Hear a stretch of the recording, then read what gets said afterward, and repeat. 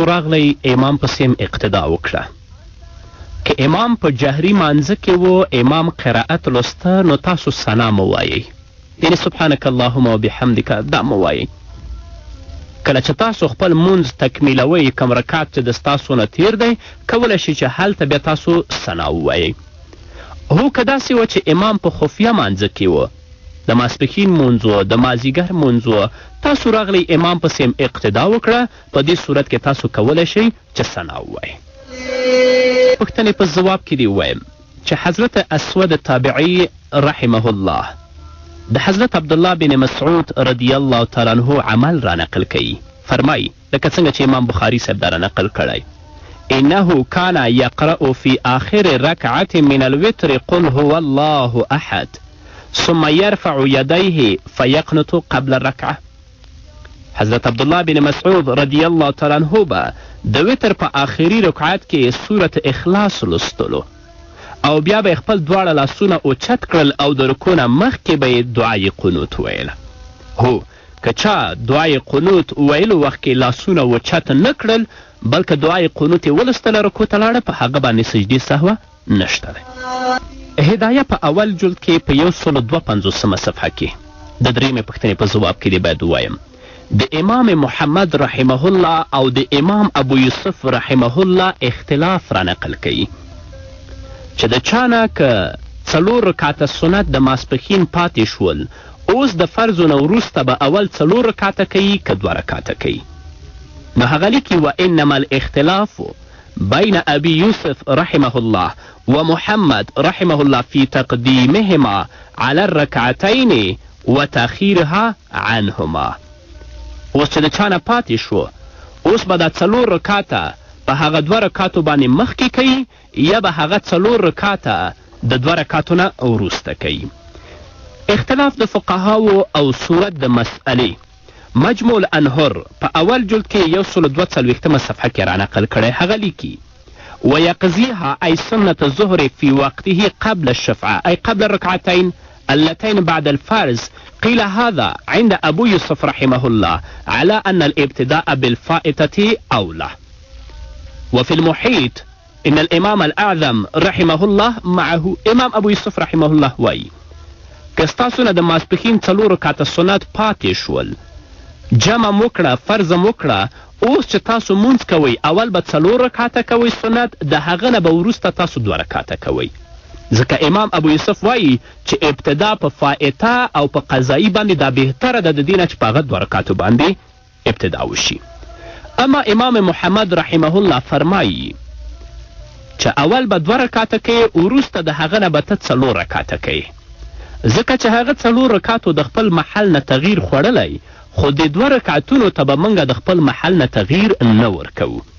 وقال محمد بعدهما بناء على أن الأولى فاتت عن محلها ضرورة فلا معنى لتفويت الثانية أيضا اختيارا. هغه 4 خو د خپل محلو نه تغییر خوړلی پاتې دي نو د 2 ته به د خپل محل نه موږ تغییر نه ورکوو. اوس به راشو وبګورو چې مفتابهي او راجح قول د چا قول دی. فتح القدیر کې علامه ابن همام په اول جلد کې 415 صفحه کې لیکي چې مفتابهي او راجح قول د امام محمد صاحب دی. والأولى لیکي تقدیم الرکعتین لأن الأربعة فاتت عن الموضع المسنود عن الموضع المسنون فلا تفوت الركعتين عن موضعهما قصدا بلا ضروره. اول به 2 رکعته کوي د هغه نه به وروسته بیا 4 رکعته کوي. همدارنګه علامه ابن عابدین الشامی په رد المحتار کې په اول جلد کې په 514 صفحه کې ترجیح ورکوي قول د امام محمد رحمه الله ته. هغه لیکي چې په دې باندې فتوام ده او دا وایي چې اقول وعلیه المتون په دې باندې متون هم دي یعنی ټول متون په دې باندې دي چې اول د 2 رکعته وشي د هغه نه د وروسته بیا 4 رکعته وشي. همدارنګه تحتاوي په 246 صفحه کې هم ترجیح ورکوي قول د امام محمد صاحب ته. هغه لیکي وفي فتاوى العطابي المختار تقديم 2 على 4 وفي مبسوط الشيخ الإسلام هو الأصح لحديث عائشة أنه عليه الصلاة والسلام كان إذا فاتته الأربع قبل الظهر يصليهن بعد ركعتين. د نبی کریم صلی الله علیه وسلم نه به هم چې کله 4 رکعته سنت د ماسپښین پاتې شول، اول به یې 2 رکعته وکړه، د هغه نه به وروسته بیا 4 رکعته وکړل. خو په دې باندې پوه شئ چې دا اختلاف د امام ابو یوسف او امام محمد صاحب په افضلیت کې دی، په جواز و عدم جواز کې نه دی. که یو سړي 4 رکعته وکړه دا هم جایز دی، خو افضل دا دی چې اول 2 رکعته وشي بیا 4 رکعته وشي. کومې پوښتنې په ځواب کې دی باید ووایم چې علامه لودیانوي شهید په خپل کتاب کې په 2م جلد کې اویایمه صفحه کې لیکي د غسل طریقه دا ده چې مخکې د لاسونه ووینځي او استنجا دې وکړي، بیا که په بدن کې څه نجاست و هغه نجاست دې پاک کړي، د هغه نه دې وروسته اودس دې وکړي، لکه څنګه اودس چې موږ او تاسو د مانځه لپاره کوو. د دې نه دې وروسته په ټول بدن باندې اوبه واچوي او د خپل بدن دې وموږي او په اوږو باندې او په سر باندې دې 3 ځلې اوبه واچوي. دا مسنونه طریقه د اودس ده، د غسل ده. خو زموږ هغه خویندې چې د هغو په نوکانو باندې څه پالش لګېدلی وي یا د هغو په نوکانو باندې اوړه لګېدلی وي، د هغو لرې کول د غسل په وخت کې په دوی باندې ضروري دی، ځکه په غسل کې که په اندازه د یو ویښته بدن هم وچ پاتې شي نو غسل نه کیږي. نو د هغو خویندو په نوکانو باندې چې پالش دی یا د هغو په نوکانو باندې اوړه لګېدلی دي، که هغوی غسل کوي د هغو غسل نه کیږي. باید د غسل نه مخکې هغه پالش او هغه اوړه د دوی د نوکانو نه لرې شي. پاتې شوه دا مسئله که زموږ خویندې کمڅۍ ولري، د کمڅیو وازول د غسل په وخت کې ضروري نه دي.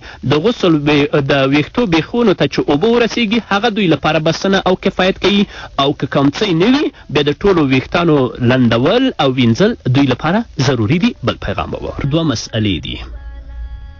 یوه مسئله ده د وینې د ورکولو او دویمه مسئله ده د وینې د خرڅولو. فتاوای هندیه په 5م جلد کې 355 صفحه کې لیکي چې د انسان علاج په اعضاو او په اجزاو انسانیو باندې جایز دی او دې لپاره مختلف صورتونه دي. یو علاج دی په اجزاو د مړو باندې او یو علاج دی په اجزا د ژوندیو باندې. بیا دغه اجزا د ژوندیو یا به سائلی وي یعنی روانی به وي یا به جامدې او سختې وي. مراد د سائلو نه پاکې شودې دي یا پلیتې وینې دي.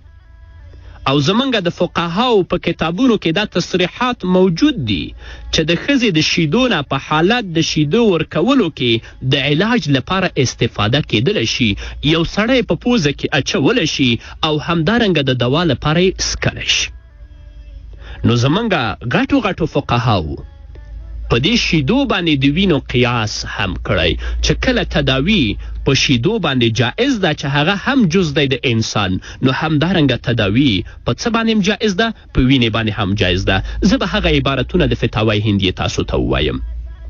والصورة الرابعة للعلاج أن يعالج بالأعضاء والأجزاء الإنسانية، وله صور مختلفة كالعلاج بأجزاء الموتى أو بأجزاء الأحياء. ثم هذه الأجزاء إما أن تكون سائلة أو جامدة، والمراد بالسائل اللبن الطاهر والدم النجس. وتوجد تصريحات في كتب الفقه بأن اللبن المرأة يمكن أن يستفاد منه للعلاج رغم مدة الرضاعة. لا بأس بأن يسعط الرجل بلبن المرأة ويشربه للدواء. وقياسا على اللبن جوز معظم الفقهاء إدخال الدم إنسان في جسم إنسان آخر وتقويته به، والدم واللبن يشتركان في أنهما يستوفيان نقصه في مدة قصيرة. نو تداوی په وخت د ضرورت کې په وینې باندې جایز ده چې یو چا نه تاسو وینه واخلئ هغه ته تطبیق کړئ. حتی زموږ فقهاو او مفسرینو دا لیکلي دي چې په وخت د ضرورت کې او په پاره د بچ کولو د ژوندون د یو انسان د کافر وینه هم مسلمان ته تطبیق کېدلی شي. اوس خرڅلاو، نو د خرڅلاو څوک چې د خپل وینه خرڅوي پیسې اخلي هغه د لپاره جایز نه دي، د لپاره حرامې دي. هو که تاسو ته پیدا کېږي نه تاسو یې اخیستلی شئ، خو هغه لپاره دا پیسې جایزې نه دي، حرامې دي، حلالې ورپاره نه دي.